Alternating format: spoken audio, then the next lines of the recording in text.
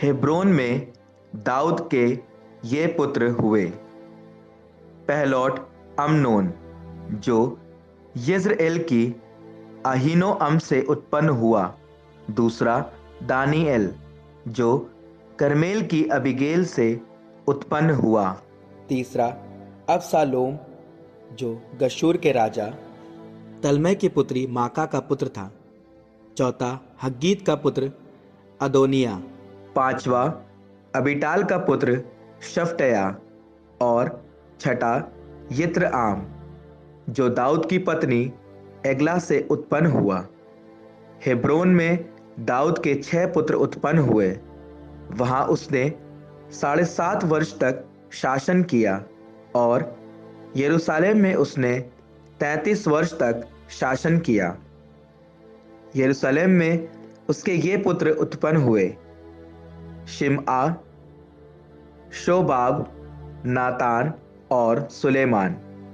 ये 4 पुत्र अमीएल की पुत्री बतशुआ से उत्पन्न हुए।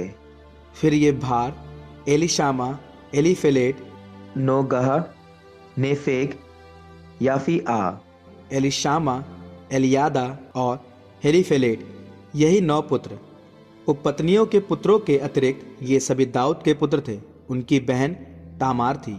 सुलेमान के वंशज रहबआम, उसका पुत्र अबिया, उसका पुत्र आसा, उसका पुत्र यहोशाफाट, उसका पुत्र यहोराम, उसका पुत्र अहज्या, उसका पुत्र योआश, उसका पुत्र अमस्या, उसका पुत्र अजर्या, उसका पुत्र योताम, उसका पुत्र आहाज, उसका पुत्र हिजकिया, उसके पुत्र मनस्से, उसका पुत्र आमोन, उसका पुत्र योशिया, योशिया के पुत्र पहला योहानान, दूसरा यहोयाकीम, तीसरा सिदकिया, चौथा शल्लूम।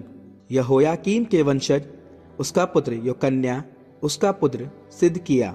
योकन्या के वंशज उसका पुत्र शाएलतीएल, फिर मल्कीराम, पदाया, शेनस्सर, यकम्या, होशामा और नदब्या। पदाया के पुत्र जरूब्बाबेल और शिमई। जरूब बाबेल के पुत्र मशुल्लाम और हनन्याह और उनकी बहन शलोमीत।